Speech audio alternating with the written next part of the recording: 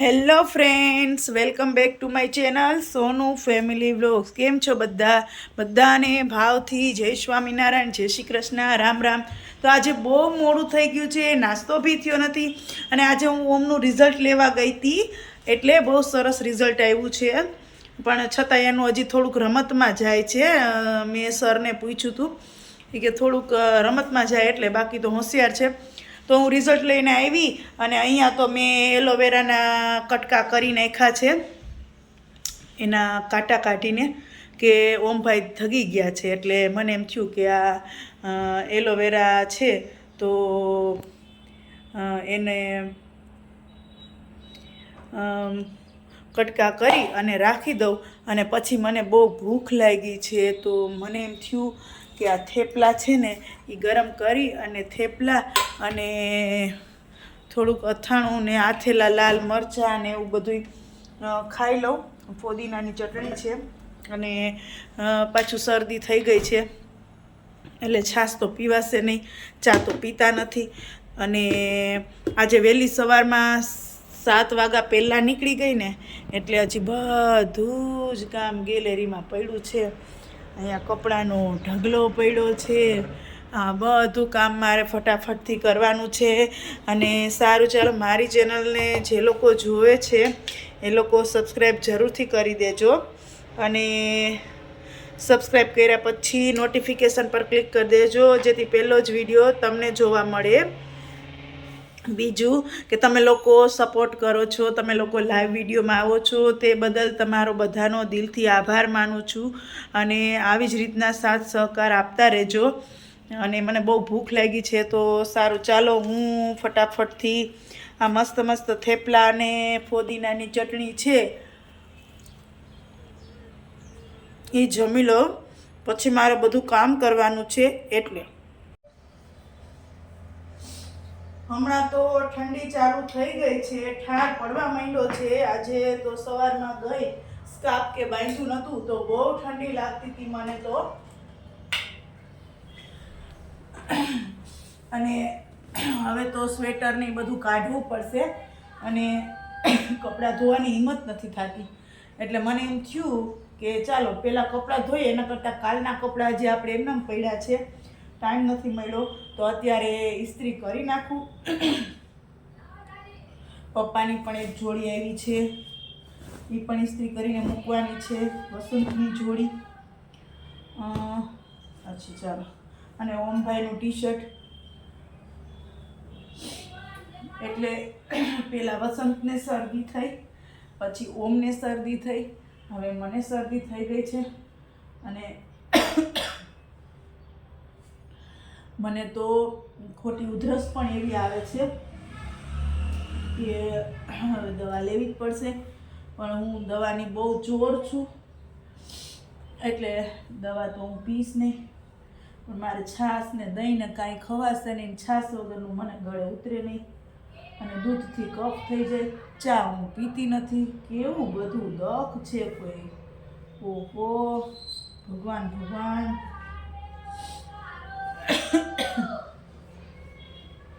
હવે આ 3-4 દિવસે મટશે, એમાંય ખાવામાં ધ્યાન આપશું ને તો મટશે, નકર છાશના વાટકા ભરશું તો નહીં મટે.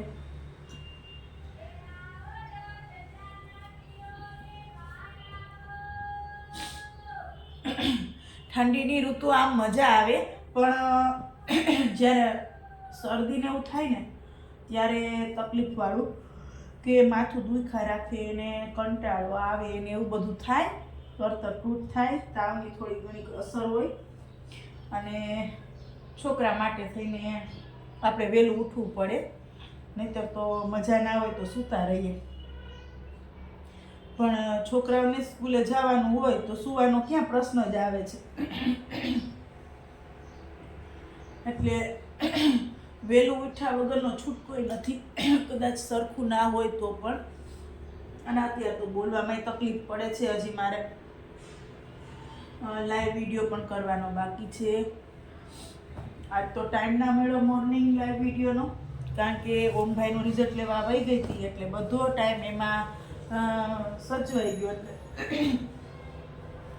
કાંઈ મારાથી થયું નહીં. હવે સાંજ બપોર વચ્ચે 2 વાગ્યાથી ચાલુ કરવું જોશે. અને આજે થોડુંક ઓમભાઈને ખીજાવવું પણ પડશે ને કે ભાઈ હજી થોડુંક ધ્યાન રાખવું પડે. એમાં સમજી જાય ડાયો છે એ. એટલે પહેલાં તો એમ જ કે મમ્મા બધી વાત પછી, પહેલાં તું મજા નથી એટલે દવા પી લે અને હું ચલાવી લઈશ. જોકે મેં કાલે નાસ્તો કરી નાખ્યો, એ બહુ સારું કર્યું કે કાલે મેં નાસ્તો બનાવી નાખ્યો ચોરાફળી, જેથી કરીને એને સ્કૂલે નાસ્તામાં લઈ જવા થાય. કેળાની વેફર પણ એની ફેવરિટ બનાવી નાખી એને સ્કૂલે લઈ જવા માટે. એટલે એ હેપી થઈ ગયો. પણ થોડોક ધગી ગયેલું છે ને, એ જલ્દી રૂજ ભરી જાય ને તો સારું, કારણ કે એને પણ તકલીફ પડતી હોય. આપણે જોઈએ તો આપણને એમ થાય કે ઓહો આ કેદી રૂજા હે, તો એને તો બિચારાએ દાજી ગયો તો સહન કરવું પડે ને. એવડો ફટાકડો ફૂટી ગયો ને દાજી ગયો, 3 આંગળી લેવાઈ ગઈ, તો એને કેટલું સહન કરવું પડતું. આપણે સામાન્ય રોટલી ઘડતા હોઈએ અને વરાળ લાગી જાય તોય આપણે કેટલી વખત બોલીએ કે આજે રોટલીની વરાળ અડી ગઈ ને બળતરા થાય, તો એને તો આખો ફટાકડો થાળ દખાનો અહીંયા ફૂટી ગયો અને આવડો ફોડલો વીપડો તો. અરે એ દ્રશ્ય તો હું આવ્યો ને જોયું ને શબ્દથી વર્ણવી ના શકું. પણ હિંમતનો સારો છે. મને કે એમાં કાંઈ ના હોય મમ્મા, એવું તો હાલતું જ હોય. મેં કીધું કાંઈ વાંધો નહીં. એટલે ચાલો હવે તો મારે આ ઇસ્ત્રી કરી લઉં, પછી થોડીક આમ ઠંડી ઓછી થઈ જાય એટલે પછી વાસણ ને કપડાં એવું બધું પછી કરું. ત્યાં સુધી અંદરનું કામ કરી લઈએ. હવે આપણે આજથી બીમાર પડી ગયા છીએ, હવે 2 દિવસે શરદી મટશે એ તો હવે ભગવાનને ખબર, મારા વાલાને, કારણ કે દવા પીવામાં બી સાઈડ રાખવી પડશે. બોલું છું ને તો કંઈક આડું આવતું હોય ને એવું લાગે છે. આમ કફ નથી પણ બોલી નથી શકાતું. હવે આ સાંજે દવા પી લઈશ. એ પ્રભુ ઘનશ્યામ. સારું ચાલો, તો ઓમભાઈ હમણાં આવી જશે અને આવતા વેત કહેશે કે મમ્મા ભૂખ લાગી છે, તો મારે પણ નાસ્તો બનાવવાનો છે. એટલે મેં પણ ઓમ માટે મસ્ત મજાના ઢોકળા બનાવી નાખ્યા છે. અને શરદી થઈ છે એટલે ઓમ પીસે ચા, એટલે ઓમ માટે ચા બનાવવાનો છે. તો બનાવી લઉં, એને મજા આવે. ઓકે ચલો, હમણાં સાવજ આવી જશે. સાવજ આવી જશે ને તાર શું કરવાનું છે. તો શરદી થઈ હોય એટલે છાશ તો કાંઈ દેવાય નહીં છોકરાઓને. એટલે મને એમ થયું કે એના માટે સરસનો ચા બનાવી નાખું અને ફટાફટથી ઢોકળા બનાવી નાખું. હું ચા પીતી નથી એટલે મારે બહુ મિસ્ટેક થઈ જાય. કાંઈ ગળી ચા થઈ જાય, કાંઈ હું મોરી કરવા જાઉં તો હા મોરી ચા થઈ જાય. મગજમારી છે બધી. એના કરતાં કોઈ ચા જ ના પીવી કેવી મજા આવે. ચા બનાવી તો નહીં. એક સાઈડ આપણે ઓમભાઈ આવે એ પહેલાં ધબાધબી ઢોકળા પણ તેલ મૂકી અને વઘાર નાખીએ. અને એનામાં ઢોકળામાં થોડાક તલ નાખી દો, બરોબર છે. એટલે લીમડો તો છે નહીં, ખલાસ છે લીમડો. તો હું છે ને થોડાક તલ વઘારમાં નાખી દઉં ને તો મસ્ત થઈ જશે. ચારેક વાર આદુના બટકા બધી પડ્યા છે.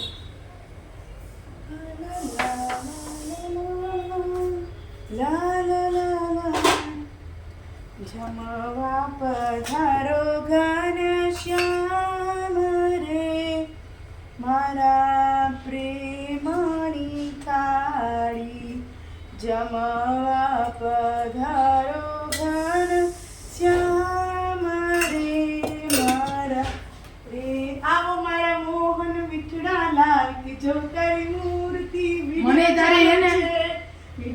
ચાલુ છે. સરસ સરસ, બહુ સરસ રિઝલ્ટ આવ્યું.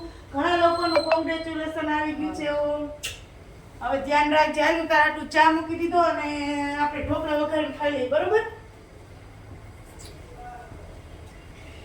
ખુશ થઈ જાય હો છોકરાઓને. પણ મારે થોડું ખીજાવું હતું, પણ એને જોઈ લો ને એટલે મને એમ થઈ જાય કે હવે થોડીક વધારે મહેનત કરશે.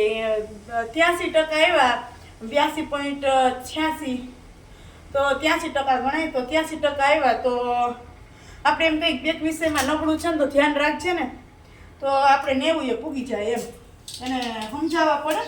કીધું આપણે એને ખીજાય જ રાખીએ તો વાલી વખતે આપણે એને ખીજાય જ એ યોગ્ય નથી ને, બરોબર છે?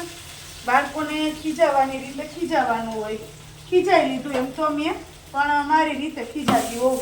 પણ હું એને એટલું બધું ન ખીજાવું કે એને મન ઉપર આવે. એને સમજી ગયો છે હવે કે એ વધારે મહેનત કરશે એમ. ખાસ કરીને મેથ્સમાં એને પ્રેક્ટિસ કરવાની જરૂર છે, એટલે પ્રેક્ટિસ કરશે. ઓ મારી ચા નીકળ જાયગી. ઓકે સારું, ચાલો જમી લઈએ. બીજું શું? લા લા લા. બહુ મીઠો ચા છે, બહુ ગળ્યો થઈ જાય. અમે કેટલું બધું ખાંડ નાખી છે એમ ઘરમાં મારા બચુલિયા. ઓ મારા કાનુડા. આવ્યા તો થોડુંક મીઠું મોઢું થઈ જાય. કેવા સારા આવ્યા મને ખબર છે હો. સારું ચાલો, તો ઓમભાઈ તો ટ્યુશનમાં વયા ગયા અને મારે પણ રસોઈનો ટાઈમ થઈ ગયો છે. હમણાં ઓમ આવી જશે. તો આજે મારી પણ તબિયત થોડીક સારી નથી. મને શરદીને ઉધરસને થઈ ગઈ છે. તો ફટાફટથી કંઈક ખીચડીને એવું બનાવી નાખું સાંજે બધા માટે. તો ફિલ્ટર પણ ખરાબ થઈ ગયું છે, એટલે બાજુવાળા પાસેથી પાણી લેવા જવું પડ્યું. ખબર નહીં હવે શું થઈ ગયું હોય. અને કારીગર બહાર ગયો છે, અહીંયા બાજુમાં હોય એ. તો સારું ચાલો, જોતા રહો મારા સરસ મજાના વ્લોગ્સ, અને ફરી મળીએ એક નવી વાત સાથે, એક નવા વ્લોગ સાથે. અને જો તમે પહેલી વખત જ મારો વ્લોગ જોતા હો તો વિડીયોને લાઈક કરવાનું ભૂલશો નહીં. તો બધાને ભાવથી જય સ્વામિનારાયણ, જય શ્રી કૃષ્ણ, રામ રામ.